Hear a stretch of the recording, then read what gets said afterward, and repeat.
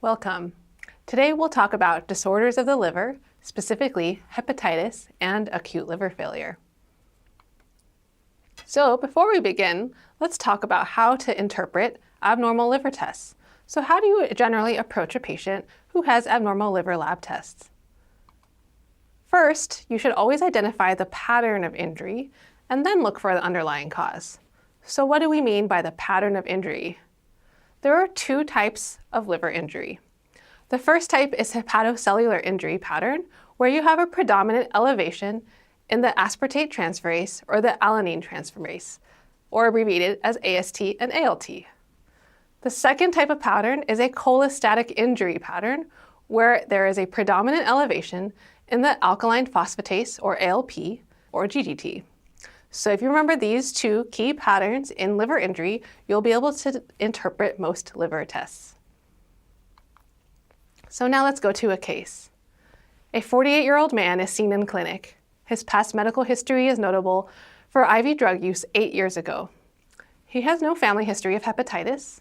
He feels well and takes no medications. He asked to be screened for hepatitis B, so his lab studies result as follows.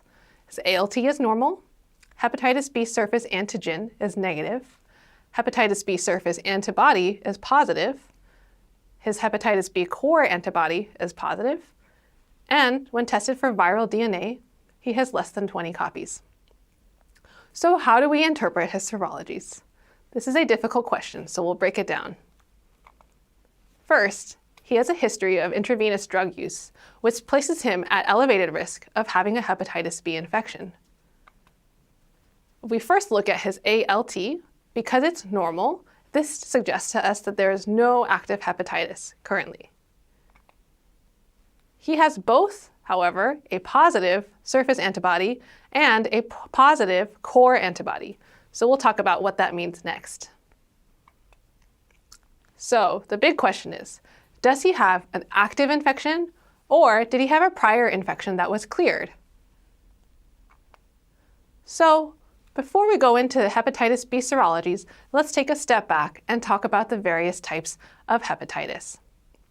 This slide will summarize the routes of transmission, the characteristics of each type of hepatitis, and their potential for causing chronic disease. So I'm not going to go into them in that much detail, but you should know that hepatitis A is fecal-oral transmission and does not have the ability to cause chronic disease. Hepatitis B is transmitted by exposure to blood or body fluids. Hepatitis C can be transmitted by exposure to blood from an infected person. Hepatitis D only occurs as a co-infection with hepatitis B, since it depends on hepatitis B to replicate. And lastly, hepatitis E, like A, is a fecal-oral transmission. The important distinguishment here to point out is that both hepatitis A and E do not have the potential to cause chronic disease. So, all types of viral hepatitis present similarly. Patients may come in with fatigue, a general lack of appetite. They may develop jaundice, bleeding or bruising, nausea or vomiting, and they may have dark urine. If we talk specifically about hepatitis B, as a quick review, it is transmitted from exposure to blood or body fluids from an infected person. It can also be transmitted vertically from mother to child. When acquired at birth, this is most likely to cause chronic infection. In most cases, about 90% of those who acquire an acute infection will resolve, and only 10% will then go on to develop chronic hepatitis B. So, to summarize its natural progression of disease, you first begin with acute infection. 90% of adults will develop a cure, and 10% of them will then go on to develop chronic inflammation.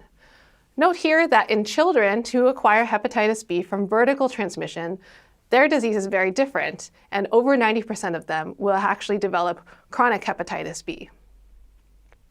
If we go back to adults, however, chronic inflammation then leads to fibrosis, which can then lead to the end stage of cirrhosis of the liver, and that may lead in turn to cancer or hepatocellular carcinoma.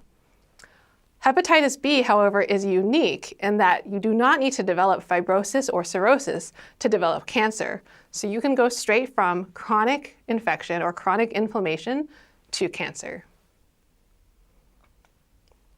So now, let's get to the hepatitis B serologies.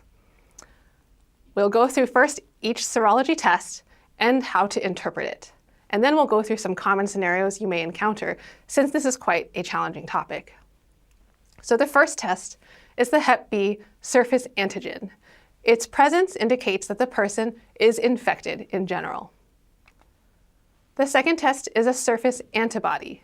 When this is present, it indicates that the person has developed immunity. Either they have been vaccinated or they had a prior infection. The next test is a core antibody. In general, when we refer to the total core antibody, we're referring to the IgG antibody.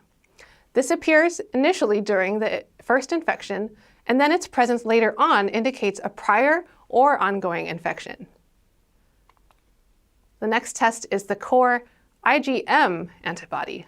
So this appears during an acute infection, so when it's present, it indicates a recent infection less than 6 months ago.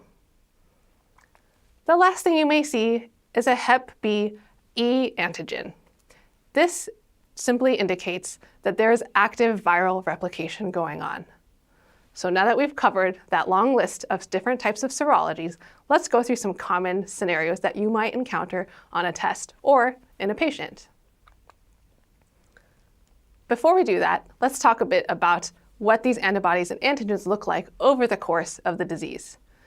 So here you can see a graphical depiction of the various antigens and antibodies that are present during disease. I'll first point to weeks 4 through 24, which is when you have the initial infection. As you can see, the hepatitis B surface antigen, or HBsAg, becomes positive with acute infection. Over time, then you develop an IgM anti-core antibody, which then disappears over time. And then you also develop this green curve, which is the total antibody, core antibody. This is the IgG that develops after infection and remains positive for the rest of that person's lifetime. Over time, after the acute initial infection, the core IgM antibody and the surface antigen will resolve. Then, after a period of time, at about weeks 32 after exposure, the person will then develop a surface antibody. The surface antibody's presence indicates that they have then built up immunity to the prior infection. Note that there is a small period in time between weeks 24 and 32 where you may have an IgM core antibody that stays positive. That's the pink line here. So that's a particular type of clinical picture that can be very confusing. We'll talk about that soon. So now let's get to our various scenarios. The first scenario you may encounter is a positive surface antigen with a positive core antibody. That's an IgM antibody. This indicates that you have an acute infection because the only way to have a positive surface antigen is to be exposed to the virus. On the other hand, if you have a positive surface antigen with a positive IgG core antibody, this means that you have now progressed to the chronic state of infection. Our next scenario is a negative surface antigen with a positive surface antibody and a positive core antibody. So for this one, you should remember that a surface antibody only appears when the person has built up immunity to the infection. In this case, because the core antibody is also positive, you know this person has been infected at some point, and they now have a resolved infection because they've built up immunity. Our next scenario is one you may commonly encounter in real life. So you may have a negative surface antigen, a positive surface antibody, and a negative core antibody. This means that the person has been vaccinated or immunized against hepatitis B. This is the only way in which you have a positive surface antibody, and that is the only thing that is positive. Our next scenario is where you have negative tests all across the board. This indicates that this person has never been exposed to the virus, and they've never been vaccinated. as you can tell from the surface antibody also being negative. So this person is what we call susceptible to developing infection.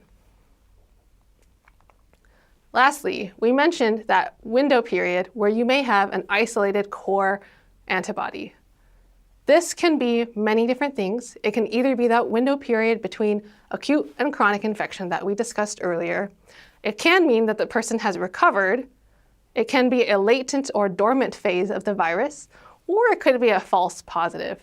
So since there are very many scenarios that could appear with this particular test scenario, you will often not be tested on this because it's so difficult to interpret.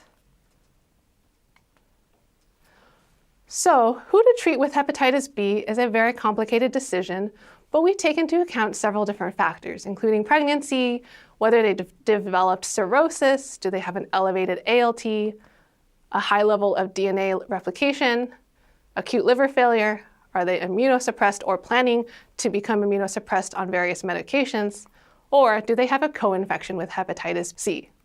Also, you should remember that hepatitis B is entirely preventable. So anyone who is at risk of the disease or who asks about a vaccination should be offered the vaccine. Treatment options include nucleoside analogs like tenofovir or entecavir, or pegylated interferon. So now we can return to our case. Our 48-year-old man with a history of IV drug use, which puts him at risk for hepatitis B. He has a normal ALT, which suggests no active hepatitis currently. His surface antibody and core antibody are positive, which we now know indicates that he has had prior infection and has now developed immunity. So how do we interpret this? He most likely has a prior infection, has developed immunity, and he should be reassured and counseled to avoid future exposure.